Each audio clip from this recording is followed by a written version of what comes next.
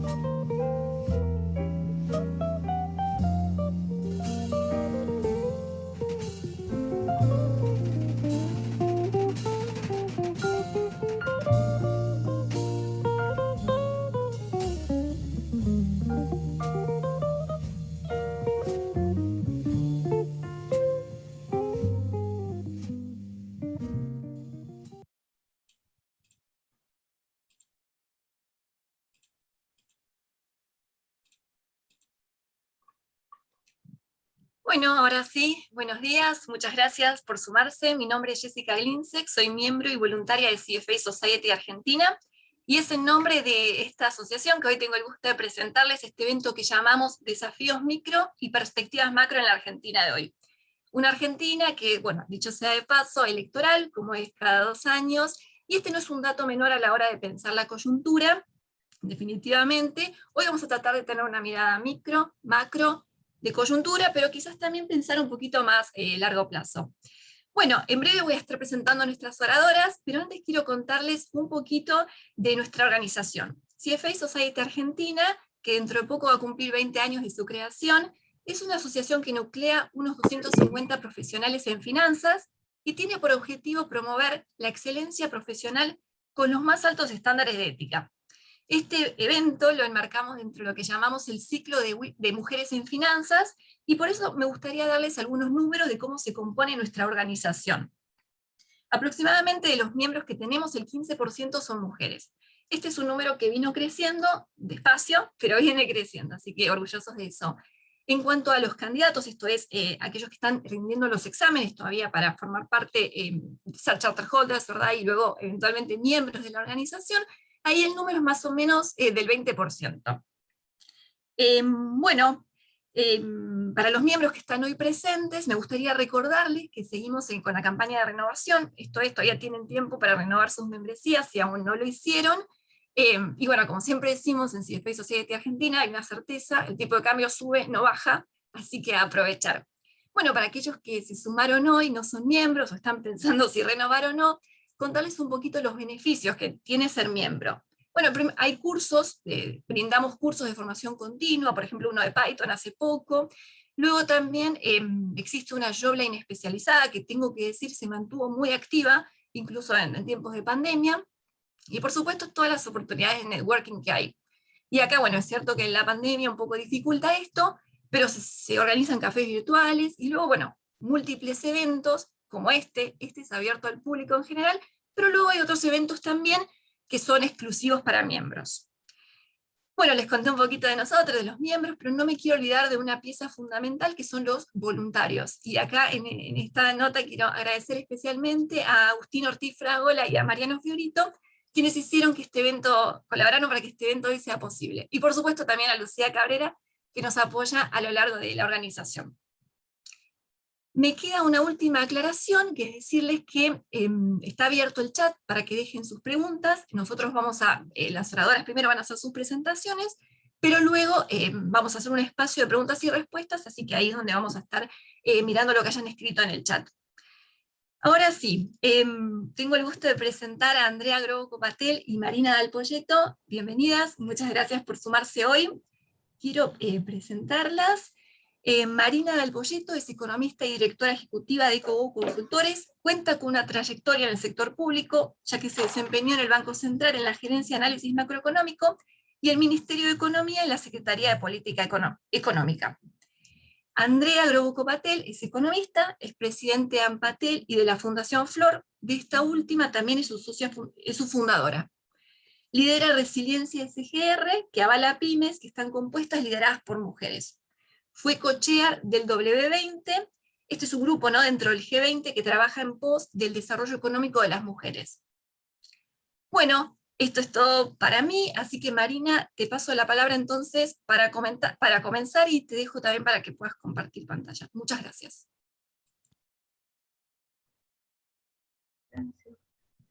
Bueno, muchas gracias por la invitación. Un gusto estar acá. Voy a poner una presentación. Quedamos en que hablaba unos 25 minutos, por ahí me extiendo un chiquitín más, y después dejábamos a preguntas. Mi rol en esto es hablar sobre la macro, ¿no? Digamos, a la presentación le pusimos un título, ahí está, cómo llegamos al 14 de noviembre y el después, que la verdad no tenemos la menor idea. O sea, la verdad que la Argentina tiene un escenario, un horizonte de larguísimo plazo que vuelve a ser el 14 de noviembre. Y eso en un mundo que es particular. O sea, yo voy a presentar, para armar la presentación, voy a usar este triángulo, voy a ir rápido por los vértices del triángulo, y el triángulo enmarcado en un contexto global que ustedes conocen mejor que yo, del cual me voy a referir un poquito, digamos, como para contextualizar de qué estamos hablando. Los tres vértices del triángulo tienen que ver con el COVID, digamos, la dinámica del COVID, el proceso de vacunación, que es lo que está pasando con la congestión del sistema, el cierre de las economías, la apertura de las economías, su impacto sobre el nivel de actividad de empleo, digamos, y su incidencia en términos obviamente, digamos, del resultado electoral, ¿no? El vértice de abajo a la izquierda, creo que es un poco lo que voy a tratar de darle más espacio en la presentación, que tiene que ver con el programa fiscal, financiero, monetario. Ahí tienen el signo de pregunta, acuerdo con el fondo. Me voy a spoilear un poquito. Acuerdo con el fondo sí, yo creo que no va a haber acuerdo con el fondo antes del 14 de noviembre. O sea, todos los trascendidos de esta semana respecto a que el acuerdo estaría y que el gobierno lo podría comunicar entre las PASO y la elección, yo creo que es más humo que otra cosa. El acuerdo, acuérdense, tiene que pasar por el Congreso. El Fondo Monetario es particularmente laxo en relación al fondo que uno conoció en los 90. La propia directora gerente del fondo habla de que los países tienen que ser muy prudentes al momento de retirar los estímulos fiscales. Estás en un mundo que removió la restricción presupuestaria, pero acá estamos discutiendo, o sea, cuando uno mira la calidad del debate, más allá de quién se endeudó más o quién se endeudó menos, no sé, uno ve funcionarios del gobierno actual corriendo a los troscos por izquierda digamos, en los programas de televisión. O sea, cada quien tiene propuestas más populistas respecto a lo que se puede hacer. O sea, el nivel de debate no está para un acuerdo con el fondo antes de la elección. Y el tercer vértice es la elección que a priori es una elección de medio término, que hasta ahora uno decía, lo más probable es que no te cambie la composición del Congreso, una elección de medio término que no va a ser 2017 y no va a ser 2019. Uno tiende a pensar que el gobierno puede ganar por un poquito o perder por un poquito, digamos, tiene muchas más listas competitivas la oposición que el gobierno, digamos, en las PASO. No hay ningún escenario posible donde vos tengas mayorías agravadas, que era un poco la lectura que había en 2013 respecto a la elección. Y la discusión ahí es qué es lo que pasa con el quórum en diputados. Yo creo que es poco probable que el gobierno consiga quórum propio. Y qué es lo que pasa con el Senado, donde hoy el gobierno tiene mayoría, tiene 5 senadores más. Hay 8 provincias que renuevan y hay 5 provincias que son las que en todo caso están en discusión, que ahora después me estoy de nuevo spoileando, son Chubut, donde el gobierno tiene 3 senadores, Entre Ríos, donde tiene 1, Santa Fe, donde hoy tiene 2, y Córdoba, donde tiene 1. De nuevo, tiene 5, o sea, para perder la mayoría en el Senado, debería perder 2 de Chubut, el de Córdoba, el de Entre Ríos, y al menos 1 de Santa Fe, y ahí quedaría empatado. O sea, no es el escenario más probable, pero de nuevo, frente a las elecciones hay 2 lecturas. Una es la lectura del mercado, que ustedes conocen bien, que es exactamente al revés que lo que pasó en 2019. En 2019 el mercado festejó el día previo a las PASO, digamos, encuestas que marcaban paridad o no paridad, pero marcaban que en ese momento Juntos por el Cambio iba a perder por una pequeña diferencia que era remontable a la elección, y el resultado de esa elección terminó reventando el mercado. Acuérdense que el dólar pasó de 40 y pico a 60, los precios de los bonos, porque se los voy a recordar para amargarles la vida, pero bueno. ¿Sabes lo que pasó? Hoy es distinto, hoy los precios de los bonos están destruidos, o sea, hoy los activos argentinos están literalmente reventados, pero de nuevo el horizonte es corto, o sea, pero hay una lectura del mercado que es binaria al revés, o sea, si le va bien al gobierno, el mercado no le va a gustar, y si le va mal al gobierno, el mercado transitoriamente va a festejar. Y hay otra lectura que yo creo que es exactamente al revés que la lectura del mercado, que es la del ordenamiento del peronismo detrás. Acuérdense que una de las principales, entre comillas, virtudes, digamos, que tiene el gobierno hoy es haber llegado juntos a la elección. El peronismo difícilmente pierde elecciones cuando va junto, y generalmente pierde elecciones cuando va separado. La coalición de gobierno llega junta, pero va a haber una lectura del peronismo respecto a qué es lo que pasa, ¿no? Digamos, pases de facturas, la lectura respecto a la foto, bueno, no me voy a extender en eso, pero ciertamente los tres vértices del triángulo son los que te definen la presión cambiaria que ya arrancó, y que el gobierno está de alguna forma controlando con más controles de capital, ¿no? Cerrando, digamos, un poco más el grifo, pero con una cuenta de dólares y una cuenta de pesos que empieza a crujir. Y entonces, de nuevo, digo, este es el marco de la charla, no tengo tiempo, digamos, para extenderme en cada uno de estos vértices, voy a meterme fundamentalmente en el programa fiscal, financiero, monetario, y voy a decir dos palabras sobre el contexto global. La verdad que el contexto global, cuando uno termina de decir algo, se da vuelta, y el mercado está diciendo exactamente lo contrario a lo que uno decía, ¿no? La volatilidad de los eventos o de las, ¿no?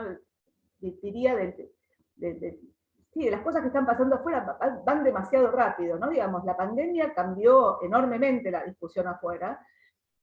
Cuando uno mira el crecimiento, las proyecciones de crecimiento global, a principios de 2020 el mundo iba a crecer más 3, en mitad de la pandemia, abril, mayo, con junio, con una tercera parte de la gente confinada en sus casas, el mundo paralizado, los vuelos cortados, el mundo iba a caer 4,5 según las proyecciones del Fondo Monetario. Finalmente el año pasado, digamos, con una reapertura de la economía más rápido de lo que se esperaba, el mundo creció 3, y ahora estás igual, o sea, en el segundo trimestre la expectativa era que con la aceleración del proceso de vacunación, el COVID iba a ser rápidamente historia, y lo que estás viendo con la variante Delta es que eso no es tan así.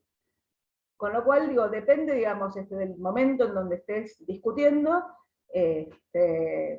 la lectura sobre lo que viene, digamos, va más rápido o más lento, y el mercado obviamente va tradeando las noticias. Eso con dos cosas que son ciertas, o sea, la pandemia generó, yo digo, la remoción de la restricción presupuestaria, y la remoción de la restricción presupuestaria en el mundo es este gráfico, o sea, 2 años de déficit fiscal en Estados Unidos de 15 puntos del PIB, financiado fundamentalmente con emisión de deuda, emisión monetaria, un programa fiscal para el año que viene que vuelva a ser, no digamos, un presupuesto que vuelva a ser extraordinariamente laxo, un programa de infraestructura, otros 10 puntos de déficit fiscal, o sea, son los mayores niveles de déficit fiscal desde la Segunda Guerra Mundial, incluso mayores que los que vimos en la crisis financiera de 2008-2009, que vale a remarcar en una crisis financiera originada en un problema de crédito, o sea, de una crisis financiera. Esta fue una crisis de oferta. Acá lo que hiciste fue, sacaste a la gente de la función de producción, reventaste el nivel de actividad y mandaste a los fiscos y a los bancos centrales a compensar.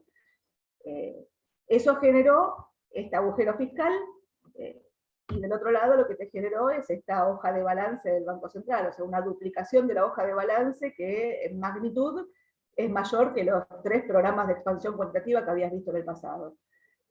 Bueno, en abril, mayo del año pasado, el mundo, digamos, se cerró, digamos, el único que compraba activos de riesgo era la propia Reserva Federal, En la medida que la liquidez apareció, digamos, el mercado se tranquilizó, y lo que tuviste es, si querés, a todos los países vecinos volviendo al mercado de crédito, tasas de interés muy bajas, y esa situación se sostuvo, yo digo, hasta noviembre del año pasado, ¿no? Digo, noviembre del año pasado tuviste un quiebre en el primero fue la reapertura de la economía, pero en noviembre del año pasado tuviste el resultado de la elección en Estados Unidos, Biden gana la elección, y al día siguiente de que Biden gana la elección, tuviste la noticia de que la vacuna era efectiva. Con las dos noticias, lo que previste fue, nada, fin de la pandemia, escenario de liquidez global, los precios de los activos financieros volaron, récord de, digamos, la bolsa está cara, pero sigue de largo, o sea, allá vamos. Y ahí lo que empezaron fueron las expectativas respecto a la aceleración de la inflación en el mundo desarrollado, y en simultáneo a eso, digamos, una reacción de la tasa de interés libre de riesgo que llegó a tocar valores de unos 75. Bueno, digo, hoy estás parado, digamos, en un escenario donde la expectativa es que esto no sigue de largo, o sea, las variantes te van a frenar, si querés, el proceso de recuperación, y en el medio lo que tuviste fue una corrección de los precios de los commodities que se habían volado, se te habían filtrado de inflación, de nuevo, la normalización del nivel. Lo que está viendo es un escenario, digamos, de disrupción en el funcionamiento del mundo y un intento de ordenar el funcionamiento del mundo hacia una nueva dinámica que genera estas cosas donde, insisto, digo, uno termina de decir algo, se da vuelta y pasa lo contrario. O sea, cuando parecía que la tasa de interés no tenía techo, digo, después bajó a 1,20, digamos, cuando la expectativa de la variable delta, la variante delta te iba a generar, mi única lectura es, las pandemias tienen fin, y la vacuna va a acelerar el fin de la pandemia. En el mundo desarrollado el problema son los antivacunas, y eso está generando contagios, pero el mundo no se va a volver a cerrar como se cerró, y la sensación es que alguna normalidad va a haber. En el medio tenés valuaciones de activos que son recontra caras. Ahora en Argentina, digamos, yendo a la Argentina, el escenario ese de liquidez global tan fantástico que viste a partir de noviembre, diciembre, sumado a que el Fondo Monetario, este Fondo Monetario con Georgieva, ¿no?, que es bastante distinto al de Anne Kruger, finalmente emitió moneda, emitió los DEX, capitalizó, no capitalizó, pero emitió moneda del Fondo Monetario, aumentó la capacidad de distribución de esos DEX a los países miembros, 650.000 millones de dólares, de los cuales 4.334 millones de dólares entraron a la Argentina esta semana para recomponer la reserva del Banco Central. Eso, sumado a las hojas 600 dólares, te generó a la Argentina una visualización de dólares frescos que cuando uno hacía la cuenta a principios de año eran cerca de 14.000 palos, con la soja más cerca de 500 o abajo de 500 que de 600, es algo así como 12.000 millones de dólares, pero con esos dólares el gobierno que, y ya voy a la Argentina,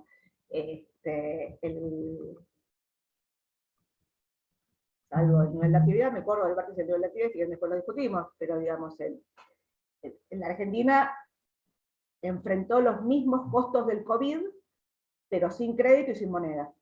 Con lo cual, el Banco Central, ¿no?, digamos, que había puesto controles, o el gobierno que había puesto controles de capitales, inmediatamente después de la elección de octubre de 2019, y había empezado a comprar dólares. Acuérdense que este gobierno en el arranque de la gestión había pasado un proyecto de solidaridad social y reconversión productiva, que era el que te permitía dar una señal fiscal, y te necesitabas dar esa señal fiscal, y requerías reestructurar la deuda de dólares, y en simultáneo requerías un programa monetario que sea consistente, había que enmarcar eso en un programa con el fondo, y a mi juicio el principal problema que tenía el gobierno actual era los vencimientos de la deuda de pesos. Acuérdense que el reperfilamiento de octubre 19 había pasado los vencimientos de corto plazo de pesos y de dólares para febrero de 2020.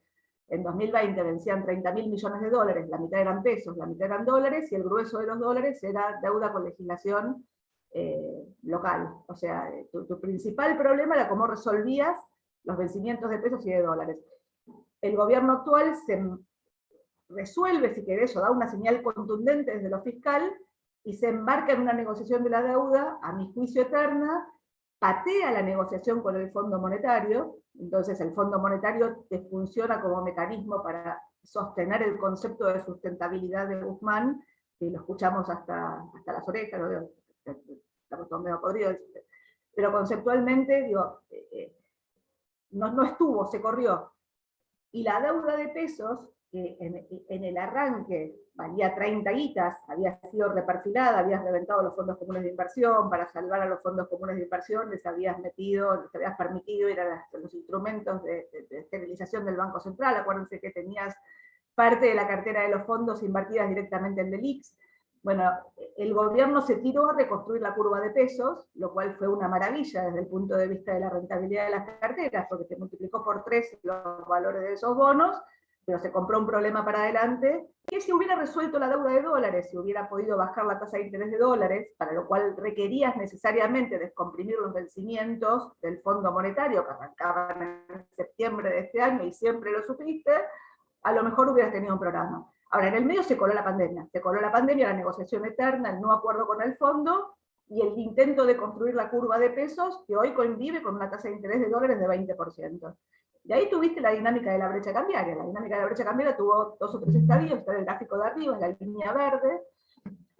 La primera fue en abril del 2020, cuando intentaron financiar la expansión crediticia desarmando Delix, reventaron la tasa, la remunerada, la tasa remunerada, la caución, reventaron la remunerada, los bancos decían, llévense los pesos, no queremos los pesos porque no tenemos dónde ponerlos. Eso te generó una primera disparada de la brecha, 120 pesos la brecha. Acuérdense que cuando arranca el gobierno la brecha era 20, tenías controles de capital, la brecha era 20, el impuesto solidario le puso un piso en 30, pero la brecha era un nivel de alguna forma razonable si descomprimías el problema de la deuda y dabas una señal fiscal y podías manejar la puja distributiva. Bueno, no ocurrió nada de todo eso. Esa brecha la contuvieron, el Banco Central retiró las Delix que había emitido para financiar el crédito, fuiste por otro lado, pero fuiste un programa fiscal hiper recontra expansivo, financiado fundamentalmente con emisión monetaria del Banco Central, y el Banco Central empezó a perder dólares. O sea, todo sistemáticamente, la línea azul, compró dólares hasta la pandemia, acá empieza a vender. El único momento donde compra dólares es cuando pone los controles de capitales, la 7030 en julio del 2020, y después pierde. Cuando empieza a perder dólares el Banco Central, la brecha se dispara. Y la brecha se termina de disparar, paradójicamente, después de que llegaste al arreglo de la deuda con los holdouts, acá está, este fue el cambio. Acuérdense que los bonos, cuando se canjea la deuda, valían 45, 40 y pico, 46, casi 50 llegaron a valer, rendimientos del 11, y casi el mismo día que anuncia el canje de deuda, Guzmán avisa que el déficit fiscal del 2021 va a ser 4,5%. ¡Pum! Eso te reventó los precios de los bonos. Inmediatamente después, el día que presentaste el presupuesto, sacaste los controles de capitales de septiembre y te llevó la brecha directamente al 130%. En octubre del año pasado, con la brecha del 130%, dólar de contado con liquidación de 185 pesos, Cristina sale con la carta donde dice, el problema de Argentina es el bimonetarismo, necesitamos un consenso. Al día siguiente fuimos al Fondo Monetario, se frenaron las tomas de tierra, se eliminó el IFE, se eliminaron los ATPs, ibas a un programa. Y paradójicamente las buenas noticias que vinieron del mundo, que era la soja en 600, y que el Fondo Monetario iba a emitir DEX, el gobierno se corrió del programa con el fondo, Cristina en el acto de La Plata avisa que el salario quiere que gane la inflación, y el Senado le pone al Fondo Monetario los puntos y les dice que el problema de la deuda es Macri, que entonces ellos son responsables, y que entonces... Y pateamos y nos fuimos este año a transitar sin acuerdo con el fondo. La verdad que fuimos sin acuerdo con el fondo, con una brecha cambiaria contenida, en gran medida por el acuerdo digamos, con las ALICs, digamos, en la forma de intervención en la brecha, en gran medida porque el Banco Central empezó a vender, empezó a intervenir en la brecha. La lógica de intervención original era vender bonos contra pesos, pero la verdad es que si la tasa de interés de los bonos es 20, no podés vender bonos contra pesos, con lo cual empezó a recomprar los bonos con reservas, compraba bonos con reservas y vendía contra pesos. En diciembre usó casi 360 palos para eso, pero esa combinación, junto con el acuerdo con los fondos de afuera que estaban metidos en esos bonos de pesos que el gobierno no resolvió al principio y multiplicó por 3 sus precios, te permitió bajar la brecha. Y la brecha, la verdad que bajó. El central compraba dólares, ¿no? Empezó a comprar dólares, es la línea esta, y la brecha cambiaria comprimió. La brecha cambiaria llegó al 53% en marzo, cuando te empezaron a entrar los pesos del impuesto solidario. Y tuviste un veranito, o sea, Banco Central comprando dólares, resultado fiscal comprimiendo el déficit del año pasado, ahora mostró los números,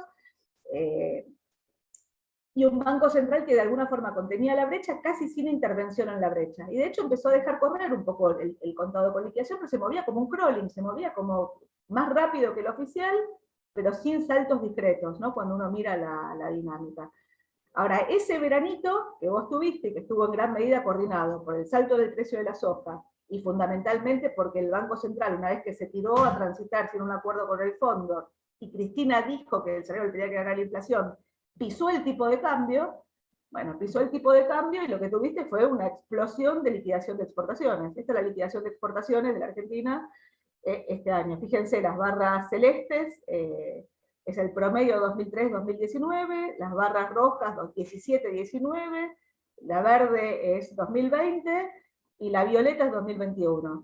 3.500 millones de dólares por mes, mayo, junio, julio, agosto vienen 2.000, acá me faltan 2 días, 2.600 palos venían hasta ayer, y el Banco Central empezó a comprar dólares. Entonces digo, te pisaron el tipo de cambio, la soja valía 600, pero con una pendiente negativa, con lo cual sabías que si no vendías ahora podías perder plata. Bueno, te escupieron los dólares de la soja de la cosecha pasada que estaba retenida, más la de la cosecha de este año, que venía peor en cantidades, pero los precios más que lo compensaban, y el Banco Central compró dólares. Cuando uno mira los dólares, dólares que compró el Banco Central, compró 2.500 palos en marzo, 1.500 palos en abril, 2.000 palos en mayo, 700 palos en junio. Acá empezó a comprar menos, acá estaba liquidando 3.500 y te compró 700. Y en julio te volvió a comprar 700. ¿Sí? Y en agosto, hasta ayer, hasta antes de ayer venía comprando 350 palos y ayer vendió 150. Y este número de 200, que hasta ayer yo lo tenía que cambiar, hoy a lo mejor no lo tengo que cambiar. Y este número se va a dar vuelta, o sea, estacionalmente la liquidación de exportaciones va a caer, los pagos netos a organismos internacionales de crédito, este es el flujo que tenemos hacia adelante, yo acá tengo el pago de septiembre al Fondo Monetario, no puse el pago de diciembre, porque yo creo que si no tenés un acuerdo con el fondo después del 14 de noviembre, y pagás diciembre, tu nivel de reservas empieza a crujir. Acá da menos que el pago porque le estoy neteando el flujo de ingresos de dólares de organismos que está pautado. Y esta es la intervención en la brecha. La intervención en la brecha cambiaria, fíjense, en enero eran 360 palos, en abril nada, no intervino, o sea, en abril lo dejaron correr, pero sin intervención, casi no gastaba dólares. En julio usé 400 palos, pero de estos 400 palos, la segunda mitad de julio, después de los controles de capitales, usé 30 palos por día. ¿Sí? O sea, un ritmo de 600 palos mensuales.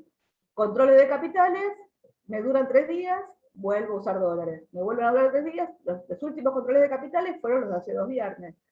De nuevo, o sea, está usando menos dólares hoy de los que venía usando, pero digo, el ritmo, digamos, de creatividad del sistema financiero, digamos, para encontrarle la vuelta, o sea, hoy está todo el mundo abriendo cuentas afuera para poder seguir usando lo que estabas usando, que te limitó la regulación, o sea, va rápido. Están los DEX, cuando uno pone los DEX, la capacidad de fuego de intervención en los próximos meses son 10.000 palos. Estas son las reservas netas llegaron a un mínimo de 2.700 palos en febrero, a un máximo de 7.000 palos en junio. Esta fue la caída que tuviste antes y después de los controles de capitales, y estos son los DEX. ¿Sí? Acá está, la verdad que llegás, o sea, te faltan 20 días para la elección, 22 días para la elección de las PASO, y después te faltan 2 meses y medio para la elección de noviembre, o sea, siempre con el grifo cerrás. Tu nivel de importaciones hoy es un nivel altísimo, 6.000 palos por mes, 5.700 palos el último mes, estás hablando de un ritmo de importaciones por año de 72.000 millones de dólares. Ese es el nivel de importaciones que tenía Macri en 2017, con la economía creciendo a toda velocidad, un tipo de cambio atrasado y un nivel de actividad que era 9% más alto que el que tenés hoy. O sea, literalmente te están afanando los dólares. O sea, lo que está pasando es una brecha cambiaria de esta magnitud, el principal mecanismo para alocar los pesos de buena parte de la actividad productiva, a la cual le están sobrando pesos en este contexto, bueno, es a través de comprar stocks. comprar stocks, comprar maquinarias, comprar lo que sea, cualquier cosa, digamos, que me den, cualquier mecanismo que me permita comprar dólares a 97 mangos, digamos, y eso me está generando, digamos, que un banco central no termine de acumular reservas. O sea, la brecha es perversa, una brecha del 130% te voltea el gobierno, una brecha en la zona de 50 más o menos convivirse, de estos niveles es peligrosa, pero no te lo termina de voltear, pero claramente te hace perder reservas, aún con estos precios internacionales. De nuevo, la soja vale poco menos de 500, no vale ya 600, ¿no? Y la incertidumbre para dónde va esto. Dos cosas quería mostrar. Una, tipo de cambio. Tipo de cambio, hoy en Argentina, el tipo de cambio del CENEVI, bueno, me faltó la suba de los últimos días acá, de los últimos 2 días, digo, pero es recontra alto, aún contra el tipo de cambio más alto de la salida de la convertibilidad. O sea, 177, 178 mangos, contrasta contra 160 en abril, mayo de 2002, ¿sí? contra los 4 pesos de abril, mayo de 2002. Era,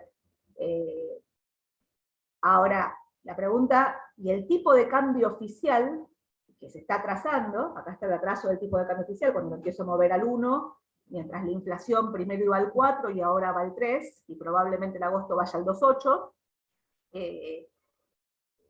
Es un tipo de cambio que también es alto. O sea, la Argentina tiene los salarios licuados. O sea, el ajuste macroeconómico lo hiciste. El problema es que el ajuste macroeconómico lo hiciste, y como reventaste el balance del Banco Central, tenés una inercia inflacionaria que va muy rápido, y esa inercia inflacionaria que va muy rápido,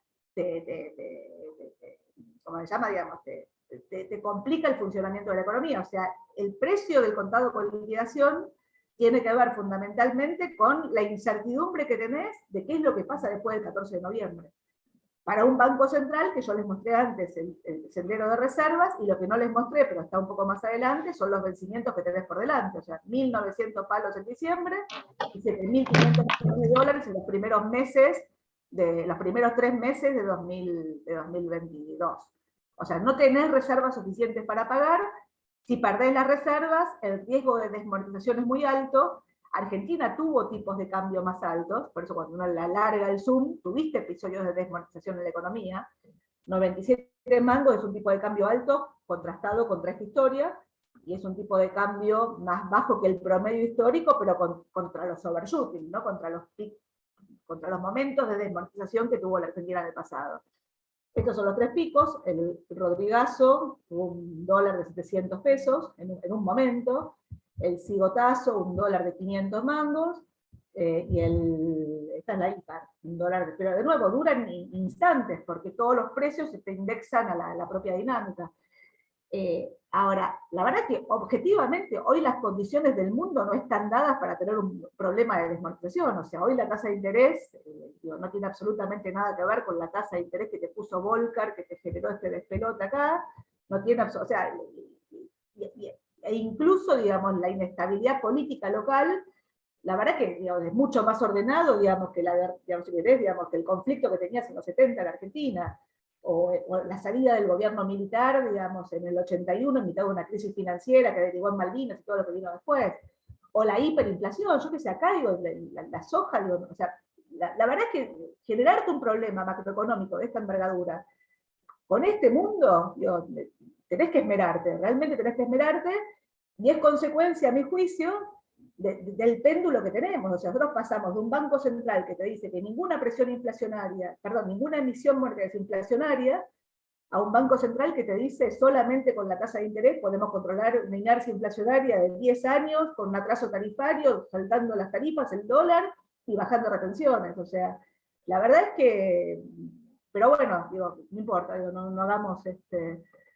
ahora. Quiero mostrar un poquito la cuenta de pesos. El Central compró 7.500 millones de dólares en los primeros meses del año.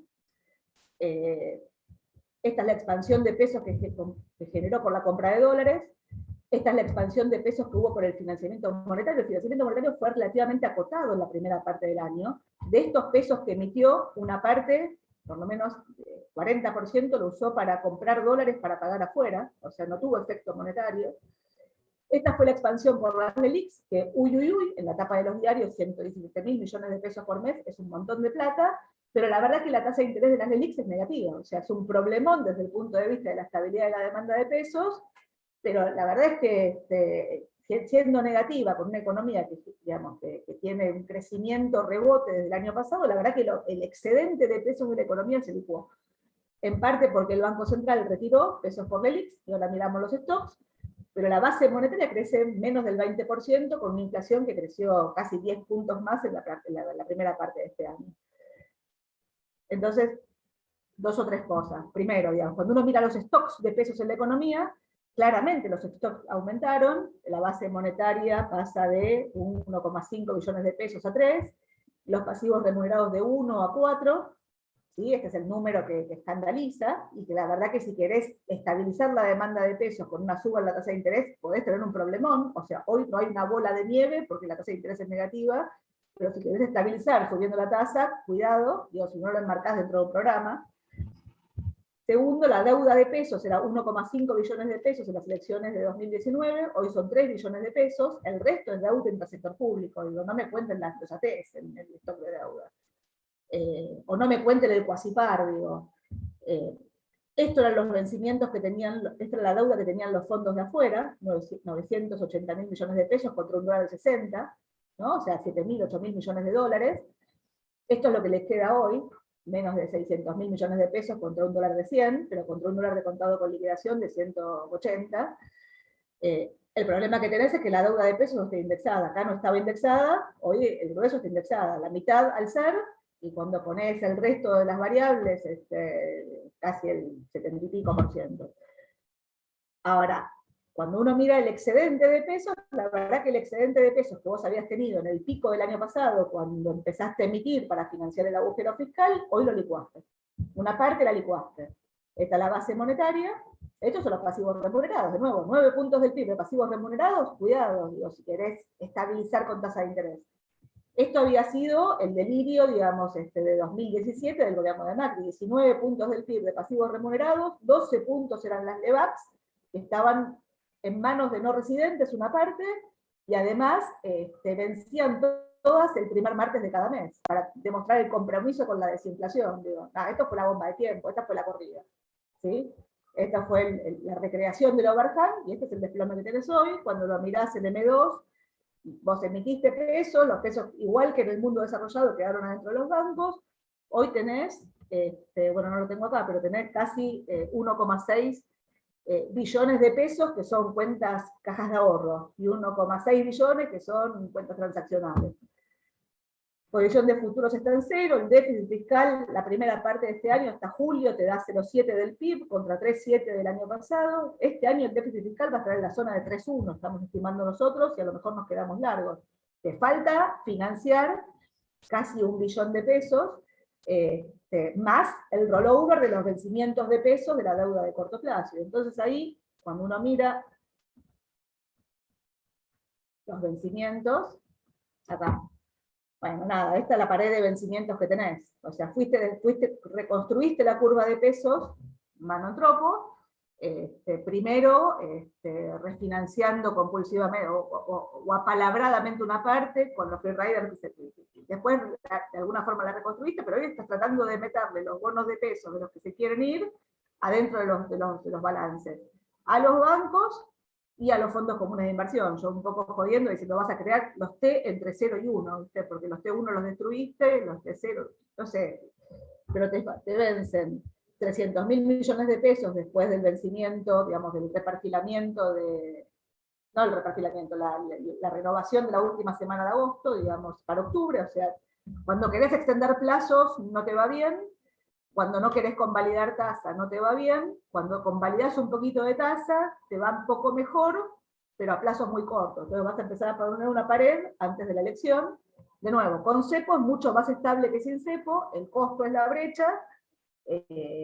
Ahora, la pared de vencimientos la tenés en marzo. Marzo te vencen 500.000 millones de pesos, marzo, abril, acá, fíjense, marzo, abril, mayo, y te vencen dólares. La verdad es que si vos lográs descomprimir los vencimientos del fondo en el marco de un programa, la historia, digamos, con cepo, el rollover de los pesos va a seguir.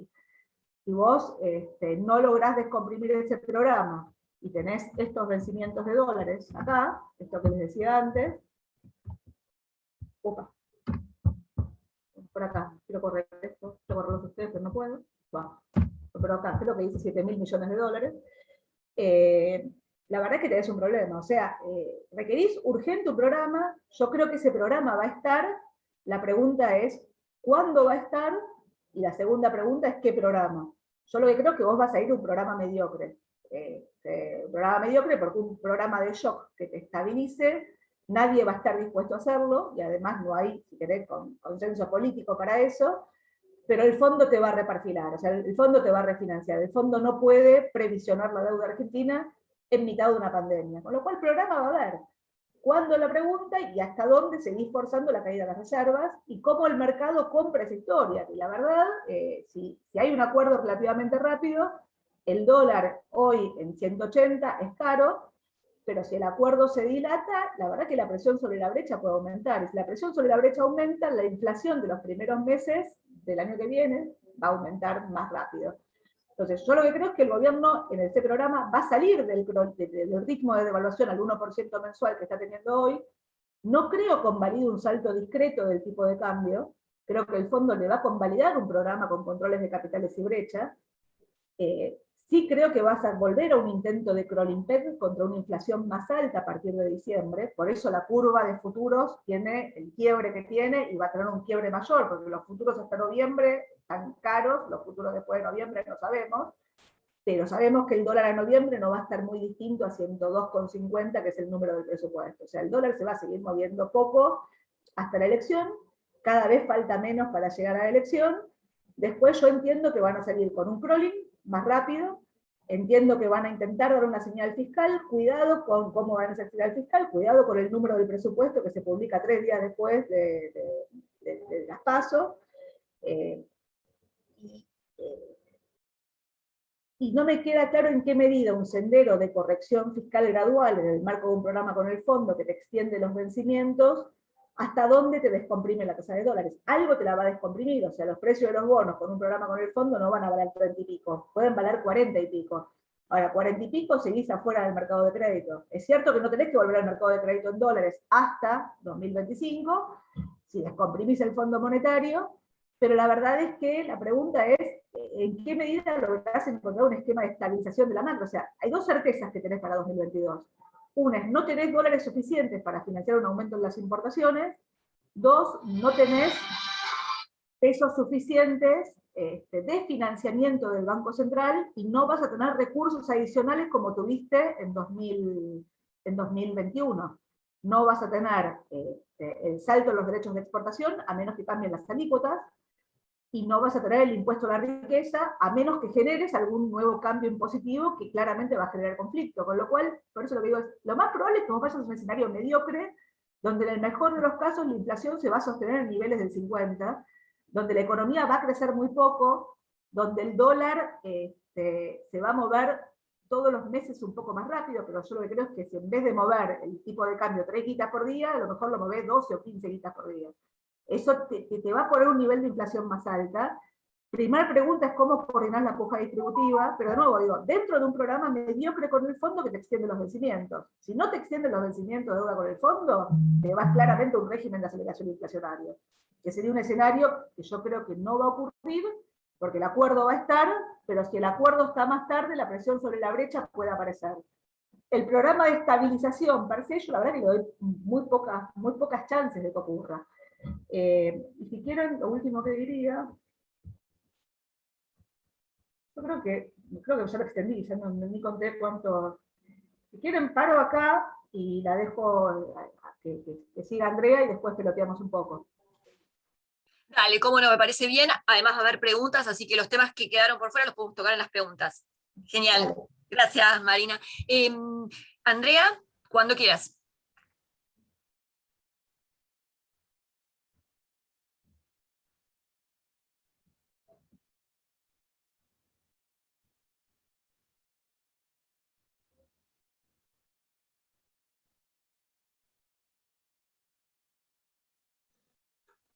Hola, ¿se ve la pantalla bien? Agrandala. Sí, Bueno, yo voy a hacer algo muy veloz y sobre todo voy a pasar directo a una parte que me importa, que está Mariana y que a lo mejor después se tiene que desconectar, que es frente a esta realidad que plantea Marina, que realmente es muy interesante, y hasta yo, aún estudiando economía, me pierdo y no sé qué hacer, y encima le agrego el contexto buca, y digo, tengo que pensar en el cambio climático y que si sigue el ritmo actual, vamos a tener una catástrofe climática, y pienso en la inequidad y la fragilidad de la economía mundial, y que solo el 10% del mundo tiene más del 50% de los ingresos mundiales.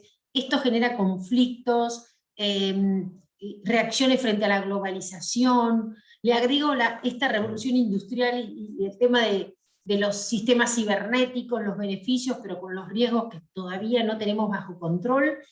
Y tenemos que poner a las personas como centro para resolver todos los problemas, y a eso encima le agregaste el COVID.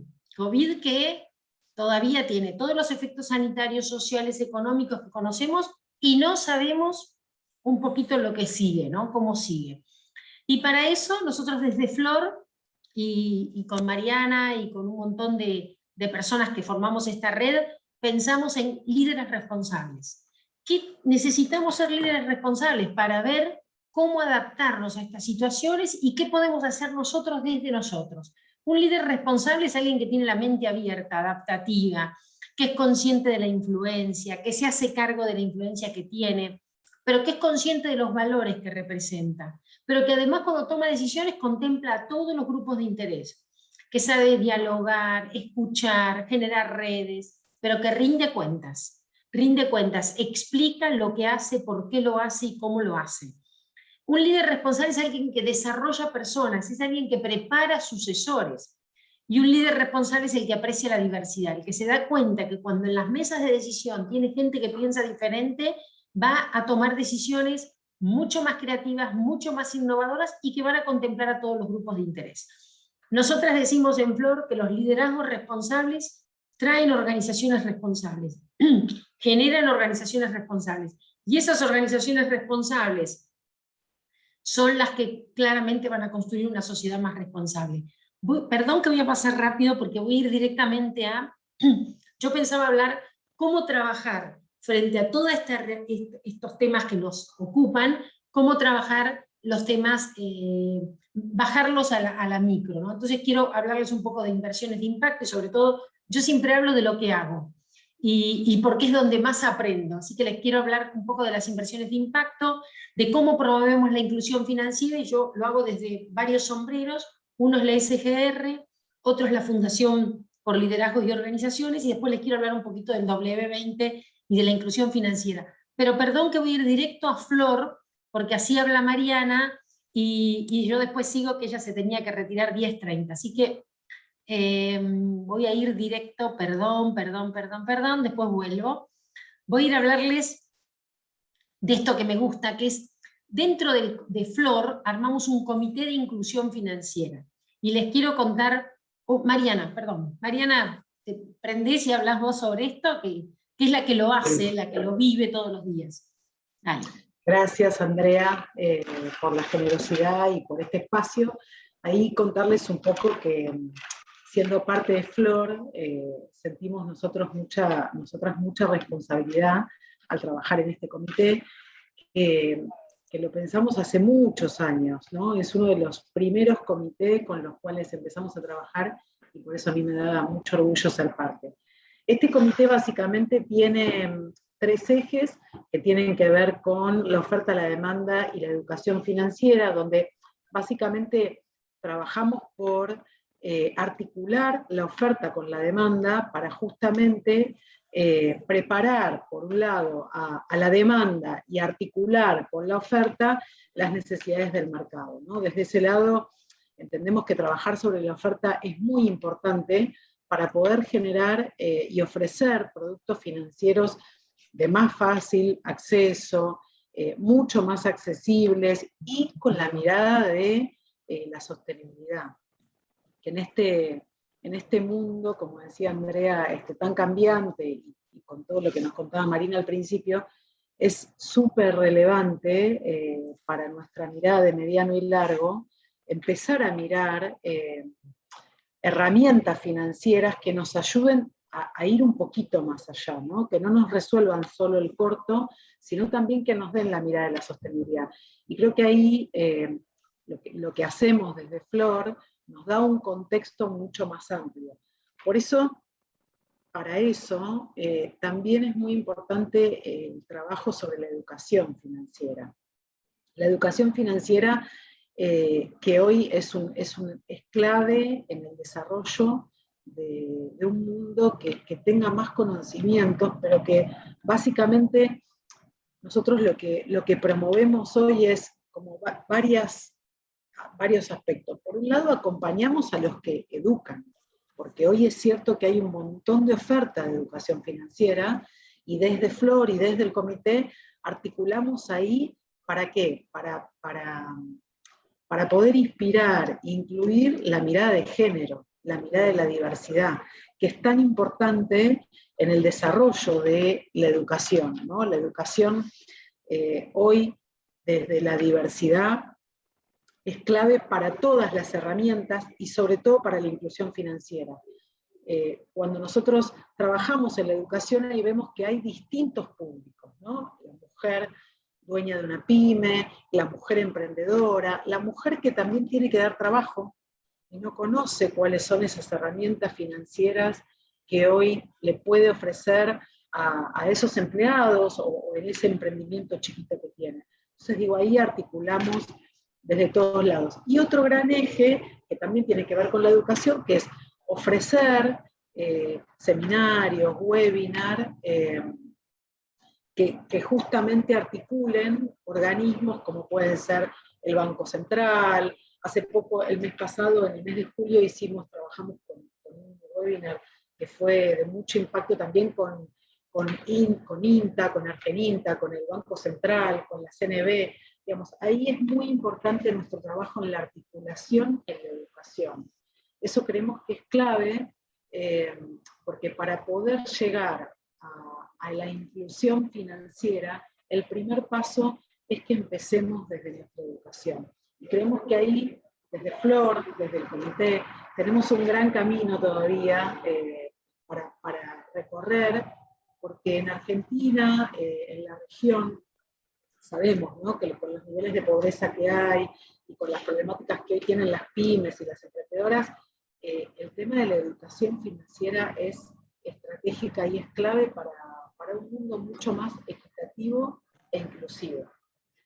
Bueno, creo que me expliqué bastante. No sé, Andrea, ahí si te parece que faltó algo o que nos olvidamos de mencionar algo. No, a mí me encanta porque este es un grupo de 20 mujeres egresadas de los programas de Flor, con distinto background. No son todas economistas, son abogadas, contadoras, emprendedoras, que nos reunimos mensualmente y ya hace varios años a pensar cómo, eso que dijo Mariana, más oferta, mejorar la oferta, pero después nos pasa a veces que tenemos productos interesantes en el mercado financiero y no encontramos demanda, gente que lo tome. Entonces, ahí aparece muy importante lo que dice Mariana de educar, incentivar, motivar, y ese es un trabajo que realmente se hace y es necesario. Yo ahora les voy a mostrar algunas estadísticas.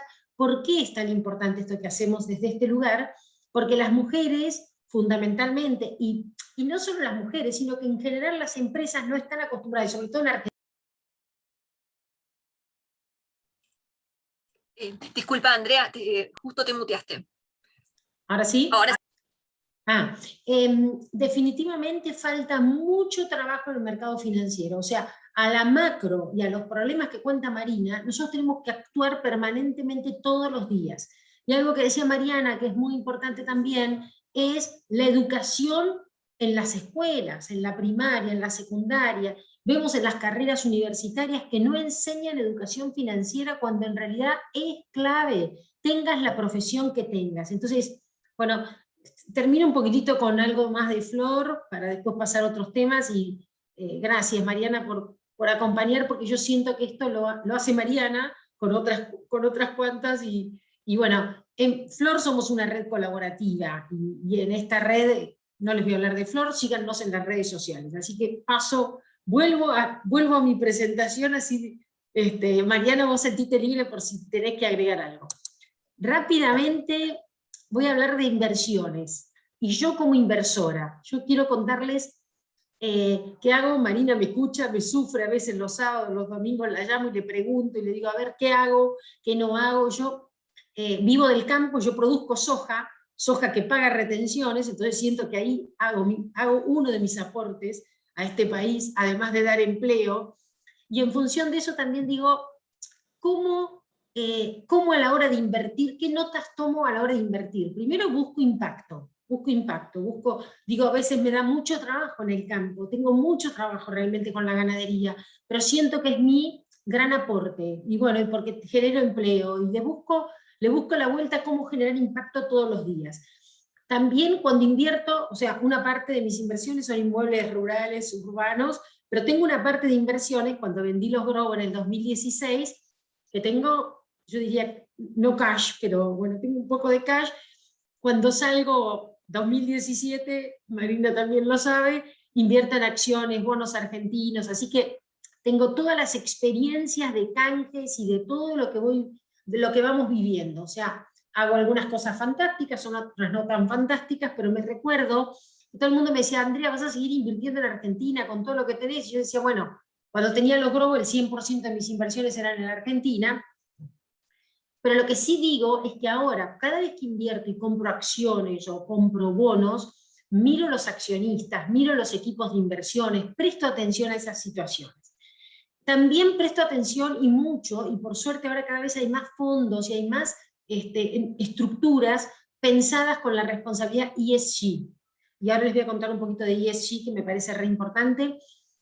Es importante fomentar emprendedores, o sea, ahí tengo un 4 o 5% de mis inversiones focalizadas en invertir en proyectos de inversores, sobre todo si son inversoras, mujeres, pero también invierto en proyectos liderados por varones, pero no quiere decir que busco y pienso cómo aportar en esos pequeños proyectos y cómo los ayudo a pensar en esta perspectiva ESG. Por otro lado, armé un grupo de mujeres inversoras donde me reúno quincenalmente o frecuentemente para intercambiar qué haces, qué no haces, o en qué invertimos o en qué no invertimos. Y en Flor, ayer terminó un programa también para prepararnos como inversoras, a más de estas 600 egresadas como Mariana del programa, terminó el programa de finanzas, también pensando cómo ser más inversoras, invertir más en el mercado de capitales, cómo hacer para ser más inversoras responsables. Bueno, ESG, creo que saben todos, pero es Environmental, Social and Governance, y cuando hablamos de Environmental me importa muchísimo pensar los proyectos con emisiones que contemplen las emisiones de carbono, el uso del agua, los desperdicios, el uso de la tierra, la eficiencia energética. Cuando hablamos de lo social, pienso mucho cómo las empresas cuidan a sus empleados, los estándares para la cadena de valor, privacidad y seguridad de los datos, bueno, el impacto comunitario, el desarrollo de las personas, cómo gestionan la diversidad. Y ni hablar que nos importa mucho el governance, todo lo que tiene que ver con las organizaciones, la diversidad en los boards. Miro mucho las empresas si tienen mujeres en los boards, bueno, me dan más ganas de invertir, y si no, no tanto. Los temas de corrupción, conflictos de intereses, la transparencia impositiva, bueno, mucho el foco en eso. Faltan más productos en el mercado, por eso hay que crear más la oferta, como decíamos hoy con Mariana, hay que generar oferta. Bueno, sobre la inclusión financiera, no les voy a explicar a todos ustedes qué es la inclusión financiera, pero creo que sí es muy importante que entendamos que cuanto más nos metamos en el mercado, más ingreso, más desarrollo vamos a tener en los países y en Latinoamérica. Para eso, y vamos a generar más ingreso per cápita, buena gobernanza, mejores instituciones, bueno, mejorar el contexto regulatorio. Según el G20, un tercio de los adultos a nivel global están excluidos financieramente, y la mayoría son jóvenes y mujeres. Quiero decir, hay un potencial tremendo en estos temas, y si pongo el foco solamente en el tema de mujeres, si aumenta el ingreso de las mujeres, el gasto en las familias y en el hogar aumenta, y cuando las mujeres prosperan, se beneficia a la sociedad en general, eso no tenemos dudas. Esto me importa, estos datos, a nivel Latinoamérica, pero si comparo Latinoamérica con los países de la OCDE, es increíble. Y quiero decir, esto lo miro en función del potencial de lo que tenemos y lo que podemos hacer. Tienen acceso a una cuenta en una institución financiera el 43% de las mujeres versus el 50% de los hombres. Pero si lo miro en los países de la OCDE, es el 93%. O sea, lo que nosotros miramos 40, 50, en los países de la OCDE es el 90%. Ahorran, bueno, ¿cuánto ahorran de dinero? También hay bastante diferencia. Y sobre el último punto, lo que ahorran en una institución financiera en Latinoamérica, solo el 10% de las mujeres ahorran en una institución financiera versus el 15% de los hombres que lo hacen. Pero si nos comparamos con países de la OCDE, el 50% de mujeres y de varones, entre el 45 y el 50%, ahorran en instituciones financieras. Quiero decir, tenemos tanto camino por recorrer, por generar confianza, por darnos cuenta de lo que podemos hacer. Esto con el sombrero de inversora. Paso al sombrero de SGR, que me importa, me gusta, lo disfruto muchísimo, y les quiero contar con este sombrero que hacemos. Bueno, la SGR es una sociedad de garantía recíproca que quiere, esta SGR específicamente, que es la que armé en el 2018, quiere incluir financieramente emprendedores, damos garantías y somos asesores financieros. Priorizamos, por supuesto, las empresas que demuestren ser ESG, como les contaba hoy, que ya sea también tengan en la composición del capital o que tengan buenos propósitos, composición del capital que tengan mujeres o diversidad. Resiliencia cree que la inclusión financiera se presenta como una forma de lograr el desarrollo económico. O sea, yo siento que trabajando en resiliencia es otro de mis formas de aportar a esta economía, a este cambio que queremos dar en la micro, ¿no? Bueno, ¿cómo funciona? Síganos también en las redes. Quiero pasar rápido para llegar a preguntas. También pueden seguirnos en las redes a Resiliencia y les vamos a contar qué hacemos, cómo lo hacemos. Y lo más importante es probar. Yo siento, y lo digo permanentemente a las personas, a las empresas que nunca se endeudaron, de las que hay muchísimas, que nunca se endeudaron, que prueben en el momento aún que no lo necesiten, porque es la forma de hacerse una historia crediticia, es armarse un buen score en un Gnosis. Bueno, así que para mí es muy importante motivar a que las personas tomen créditos financieros. Y voy a remitirme a este cuadro, ¿no? ¿Cuál es la restricción en Argentina? Es un informe que hizo el BID en el 2020, trabajando mucho sobre el tema de género. ¿Cuál es la restricción del acceso en el crédito en Argentina? Primero, el 82% ni se postula. El 18% que se postula, del 18% que se postula, solo el 58% obtiene una línea crediticia. ¿Por qué no lo hacen? Cuando analizan por qué la gente no toma créditos, bueno, el 65% dice que no lo necesita, el 29% dice que las malas condiciones, y hay un 6% que anticipa su rechazo. Y esto es importante, estamos hablando, de temas de género, mucho focalizado en género, ¿no? Pero fíjense el potencial que hay, y ahí está Resiliencia, buscando esas personas que nunca se animaron, que nunca se dieron cuenta que para crecer hay que endeudarse, ¿no? Y acá es otro análisis que me gusta también mostrar, porque habla de las SGRs, y donde dice que el 40% de las mujeres, de mujeres toman avales con la SGR. Y entonces, voy a pasar rápido, voy específicamente a algunos números de nuestra SGR, donde el 55% de los créditos que damos es a personas físicas. ¿Por qué? Porque nos focalizamos mucho en mujeres, y en personas físicas el 70% de las pymes que atendemos son mujeres, de las personas físicas. Si vamos a las personas jurídicas, ahí cambia, solo el 36% son empresas lideradas por mujeres. Bueno, esto es en qué tramos estamos, Comité de Inclusión Financiera ya hablé, les hablo rapidísimo del W20, porque me parece que es otro sombrero desde el que puede influir más a nivel macro, ¿no?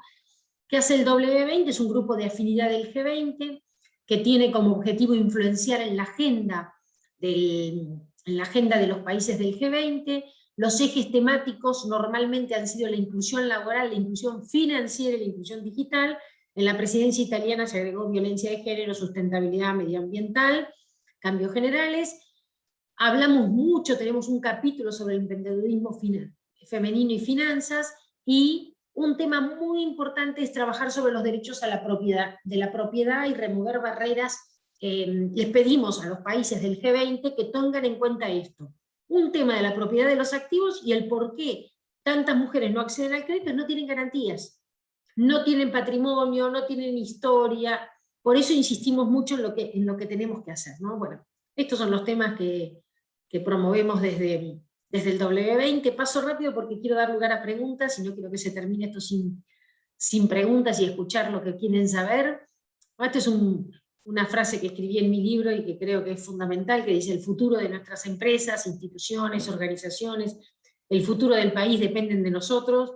Las cosas no van a cambiar si nosotros no modificamos nuestra actitud, así que elegir la evolución del negocio, de la sociedad en que vivimos, implica asumirnos como motores de cambio, primero de nosotros mismos. Desde ahí vamos a cambiar la realidad que nos rodea. Me gusta esta frase de Einstein que dice: las cosas no cambian si siempre hacemos lo mismo, y las crisis son las mejores bendiciones para las personas y los países, porque es cuando nace el progreso, la inventiva, los descubrimientos, las grandes estrategias. Quien supera la crisis se supera a sí mismo sin quedar superado. Así que tenemos que acabar de una buena vez con la única crisis amenazadora, que es la tragedia de no querer luchar por superarla. Me gusta esta frase que dice: la vida no consiste no en tener buenas cartas, sino en jugar bien las que uno tiene. Yo creo que no tenemos buenas cartas, ni personalmente, ni a veces como países. Nos tocan cartas malas. Ahora, lo importante es ver qué hacemos con esas cartas. Así que por eso me gusta mucho esta frase.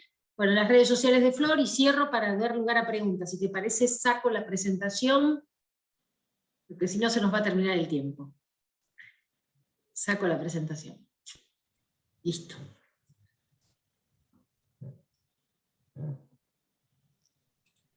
Ahora sí. Estoy compartiendo yo de vuelta, ¿verdad? Bueno, impecable ambas, muchísimas gracias. Sesión de preguntas y respuestas, estuvieron llegando algunas. Bueno, me quedo con vos, Andrea, si te parece. Me gustaría hacerle 2 preguntas a cada una. Hagamos así. Bueno, Andrea, definitivamente hubo mucho avance en la inclusión financiera, vos sos responsable por eso, muchas gracias. Pero a mí, cuando te escuchaba hablar, me surgió esta pregunta. Si tenés que pensar en los desafíos, eso que nos distancia hoy de cumplir con los objetivos de la ONU que se propusieron para el 2030, ¿cuáles son los principales? ¿Cuál es el principal? Y después, segunda pregunta, te vuelvo a pedir que te pongas el sombrero de inversora y me cuentes un poco cuál es tu mirada sobre los activos locales, para conectar después con las preguntas de Marina. ¿Qué tal? Bueno, por un lado nosotros lanzamos una campaña y la queremos seguir fortaleciendo, que se llama 2030 ya. Si me hablas de los objetivos del desarrollo sostenible, yo creo que no hay que pensar que en el 2030 tienen que suceder, tenemos que cumplirlos, hay que empezar ahora. Y ahora tenés el objetivo 5, que es el de el género, la equidad. Tenés el objetivo 17, que es articulación. Yo creo que esto que estamos haciendo de articularnos, de pensar juntas, de pensar juntos, creo que es fundamental. Así que creo que hay que trabajar sobre esos objetivos ahora, mirarlos. El tema de la paz en el mundo. No podemos quedarnos mirando sin hacer nada, ¿no? Creo que no hay que mirar para el costado, tenemos muchísimo para hacer. Yo siento que hago muchísimo, te digo, la verdad, pienso que trabajo muchísimo, pero siempre pienso que algo más me falta para ser más responsable, para aportar. Creo que ahí el tema es fundamental, hacer algo más. Y después me preguntaste cómo veo la economía local. Sí, vos invertís, yo también invierto, seguramente muchos de los que están acá también lo hacen. Que nos des tu mirada de los activos locales. O de una de esas estrellitas que vos tuviste, que te salió bien, quizás. De lo que me salió muy mal, yo compré muchos bonos y acciones argentinas en el 2017, 2018, que los estoy sufriendo. Cada vez que miro mi portfolio de inversiones, me doy cuenta que está muy mal. Pienso que van a estar bien. No tengo ninguna... me cuesta a veces tomar pérdidas, entonces sigo esperando, pienso que las cosas se van a estabilizar.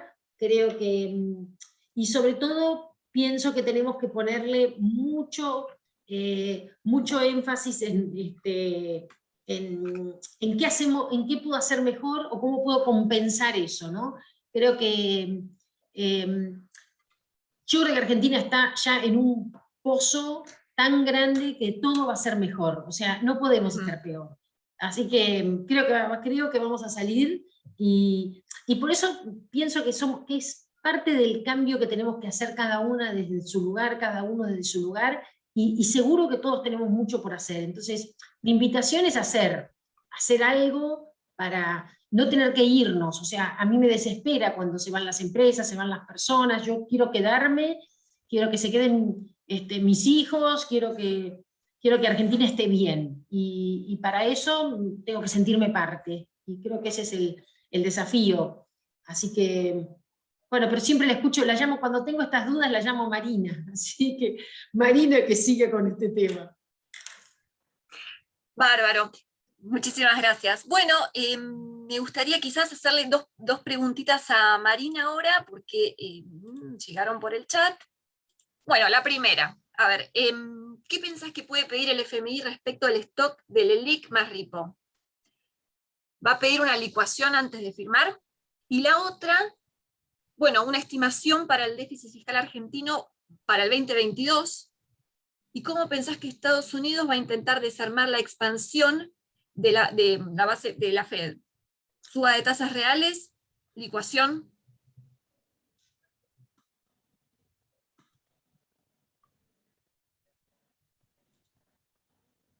Estás muteada, ahí me di cuenta. Bueno, a ver, vamos por partes. Sí. Siempre la discusión es cuál sería un programa para estabilizar, y la segunda es qué es lo que pensás que va a pasar, ¿no? Digo, la verdad que lo relevante no es lo que yo pienso que es lo que se debería hacer, sino qué es lo que va a pasar. Yo no creo que...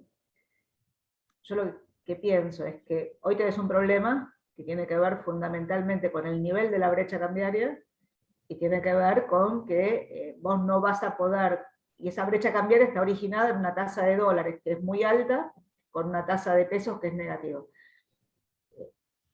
Con lo cual, si vos querés subir la tasa de pesos, te generaste un problema con los pasivos remunerados. Ahora, ¿cómo resolves eso? La verdad es que digo, tenés que mejorar el balance del Banco Central. Para mejorar el balance del Banco Central vos tenés que subir reservas, o tenés que achicar los pesos. O sea, el problema es que cuando achicás los pesos, soltando el tipo de cambio, si no tenés un programa detrás, digo, lo único que terminás haciendo es generando, digamos, una caída en la demanda de pesos y un mayor nivel de inflación o una mayor brecha. Digo, Macri en ese intento de estabilizar la demanda de pesos con la cuenta capital abierta, digamos, pasó el tipo de cambio de 20 a 60 mangos, la inflación pasó de 25 a 50, licuaste los pasivos, el excedente de pasivos remunerados lo reventaste. Yo me acuerdo Cañonero en la última presentación del Banco Central que hacen antes de irse, te dice, te dejamos una economía sin pesos, y era verdad, o sea, tenías 20 puntos de pasivos remunerados, te quedaron 10. Ahora, si no estabilizaste, digo, lo único que terminas haciendo es una licuación más alta, o sea, la licuación como mecanismo de salida no te sirve. Necesitas enmarcarla en un plan. Entonces, a la pregunta, digo, ¿qué es lo que va a exigir el fondo? La verdad que yo creo que el fondo no tiene la menor idea de qué hacer con Argentina.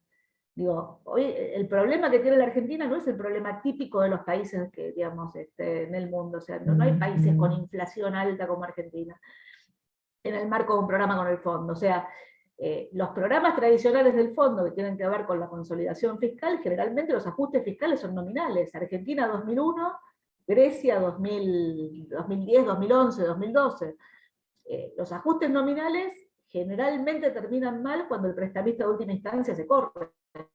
En Argentina se corrió el fondo y terminó mal. En Grecia no terminó mal. Tuviste una reestructuración de la deuda privada, pero finalmente Grecia termina haciendo piso. Si querés, recesión violenta, 25% de caída, digamos, bienestar social con quilombos políticos, pero de alguna forma, digamos, la salida de capitales de Grecia se compensaba con ingresos de la Troika, digamos, a Grecia. O sea, tenías una línea de descuentos automática que volvía a los bancos.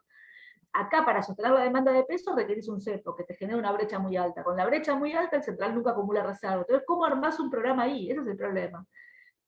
Ahora, con el cepo puesto no termina nunca de volar por los aires, o sea, tu problema es la brecha, una brecha muy alta que no te liquiden los dólares. Digo, Venezuela vivió con una brecha cambiaria de cerca del 400% durante varios años, desacoplando los precios internos de los internacionales.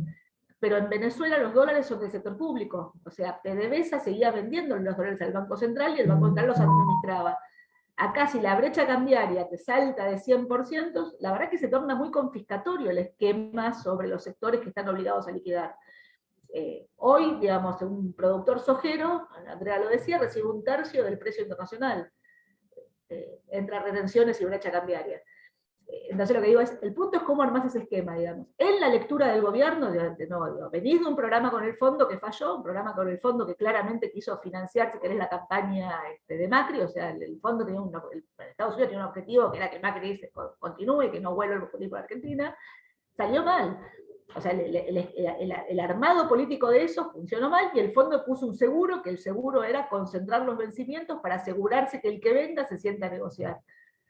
Ahora, en este momento vos tenés una negociación entre el fondo, digamos, que está con este carácter en mitad de la pandemia, donde no quiere ser el culpable de la caída de Argentina, pero tampoco va a imponerle a la Argentina un programa, y del otro lado tenés un gobierno que está apretando al fondo diciéndoles, muchachos, ustedes son corresponsables del desastre argentino. Después discutimos de dónde se origina, pero no importa.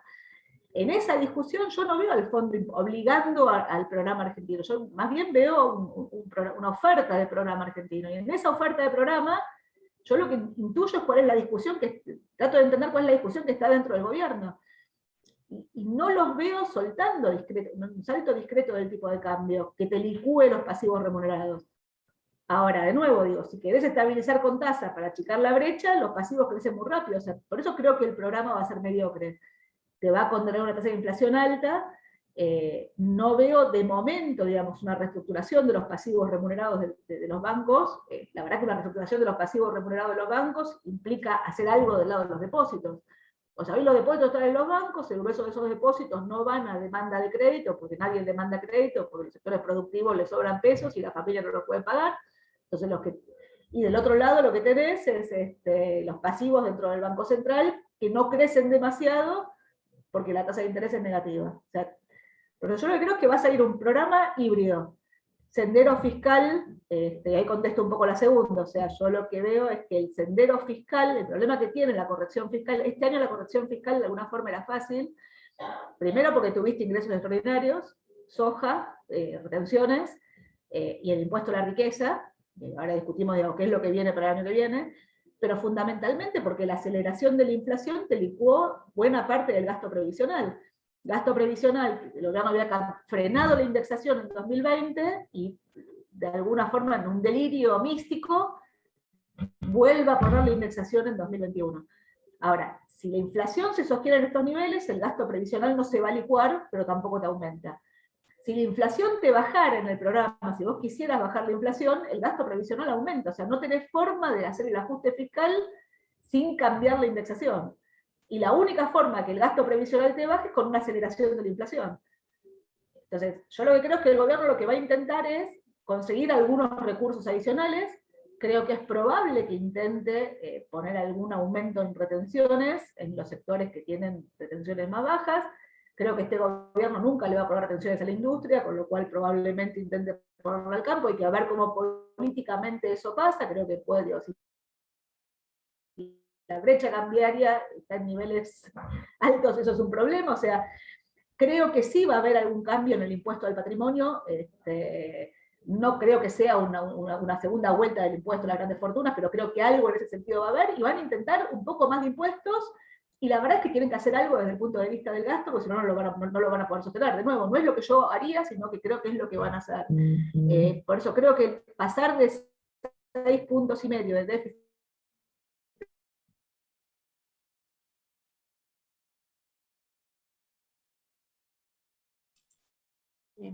creo que se nos congeló Marina. Porque entiendo que a mí me escuchan bien. Sí, es Marina. Bueno, nos quedamos con la duda, a ver si reconecta hoy. Bueno, justamente ahora Powell está en Jackson Hole, así que A ver si tenemos la respuesta de Marina o esperamos el mensaje que salga de... Bueno, qué tema las conexiones, ¿no? En este contexto. Bueno, ahí se bajó, me parece.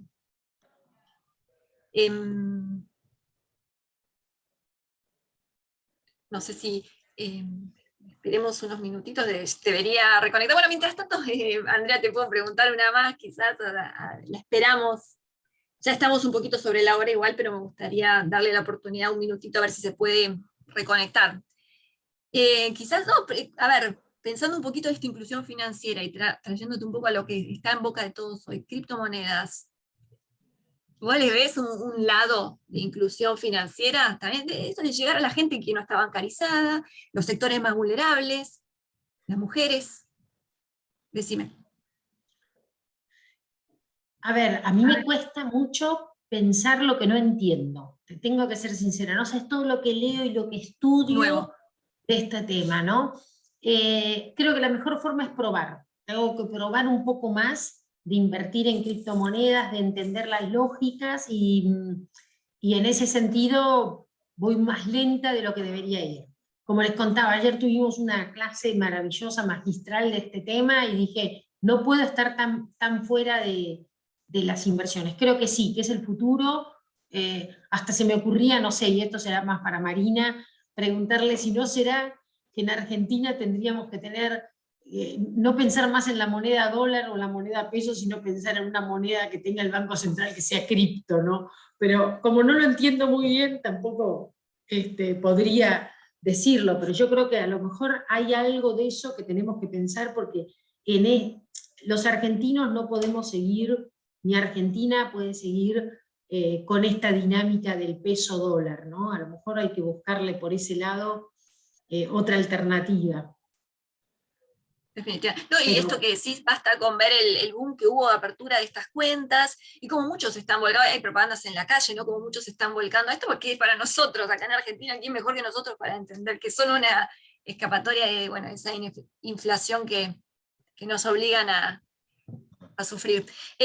Yo no la veo a Marina de vuelta, me parece terrible tener que cerrar sin Marina. Estás, Marina, estás muteada. Estoy muteada, esto es. Ahí está. Bueno, nos quedamos con la duda de Estados Unidos, porque ahora decía yo justamente que está Powell hablando ahí en Jackson Hole. Vos, ¿qué mirada tenés? ¿Cómo desarman esta trillonaria emisión que vienen haciendo, ¿no? Pandemia y antes también, ¿no? Primero que diría es, por suerte no estoy en la Reserva Federal. ¿Se acuerdan hay una frase de Broda de 2017 que a mí me parecía fantástica, donde decía, el tesoro prende el tesoro prende la calefacción y el Banco Central el aire acondicionado, en simultáneo? Bueno, eso es lo que está pasando en Estados Unidos. A ver, es un programa fiscal hiper recontra expansivo, digo. La inflación está generada en parte por, digamos, si querés, cambios de precios relativos, por el aumento en los precios de los commodities, por las dificultades en los fletes, por, digamos, el cambio en la normalización. Yo no sé cuánto es permanente, pero evidentemente hay un cambio, digamos, en la forma en la cual se están fijando los precios y probablemente vaya a ser un esquema de inflación más alta. La verdad es que si querés compensar con política monetaria, digamos, la expansión fiscal, se va a terminar generando un problemón.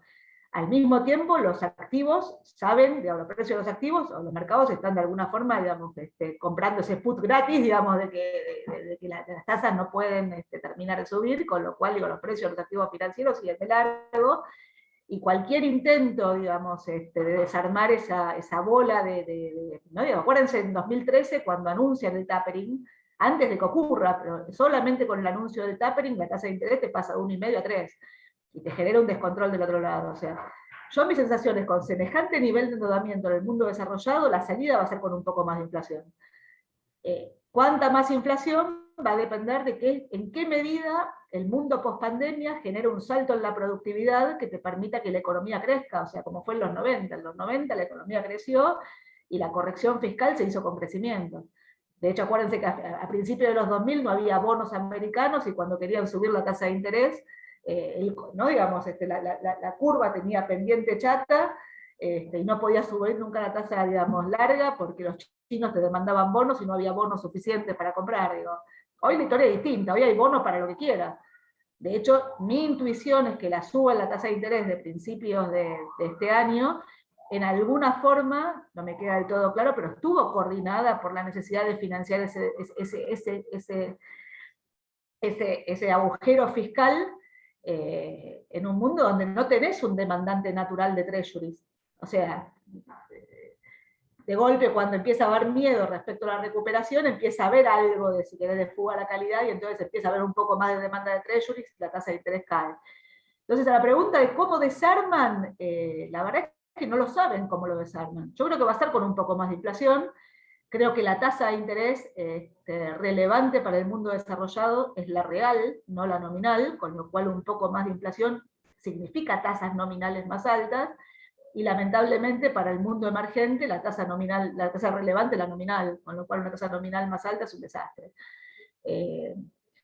Pero nada, o sea, no, de momento se siguen fugando hacia adelante. Mientras no tengas un sendero de corrección fiscal, mi sensación es que las tasas de interés no pueden subir. Con semejante nivel de endeudamiento no tenés margen para una política de tasa más agresiva. Por eso la tiran para el 2023, y en 2023 la volverás. Lo mismo que hiciste con la crisis financiera anterior. La gran diferencia con esta crisis financiera, con esta crisis, es que esta vez, con estas tasas de interés, vos lo que estás viendo es una expansión muy agresiva del crédito. Te diría que es más agresiva que la que viste en 2001, 2004, cuando la tasa de interés de la Reserva Federal estaba en el 1. Y eso te está generando no solamente que se inflen los precios de los activos financieros, sino que se empiezan a inflar también los precios de los activos reales. O sea, lo que viste con el precio de las propiedades en Estados Unidos, lo que vas a empezar a ver, bueno, yo qué sé, digo, vas a volver a meterlas dentro de los balances. O sea, tenés, si querés, más regulado ese mercado. Me imagino que las calificadoras de riesgo no van a calificar como AAA los paquetes de eso, pero digo, está viendo, digamos, un proceso que a mi juicio se sale con un poco más de inflación. O sea, realmente es un camino muy agresivo que están tomando. Y ahí metiéndome un poquito con lo que estaba diciendo Andrea recién, creo que va a haber, no de momento, pero digo, va a haber una disputa respecto, o sea, digo, China está creciendo mucho más rápido que Estados Unidos, digamos, de hace muchos años, y está tomando preponderancia, digamos, va a haber una discusión por la hegemonía global ahí, no todavía, el dólar va a seguir siendo la moneda de referencia, pero el escenario de superdólar que viste, me parece que, y la pregunta es, ¿superdólar contra qué, no? Digamos, ¿contra qué moneda?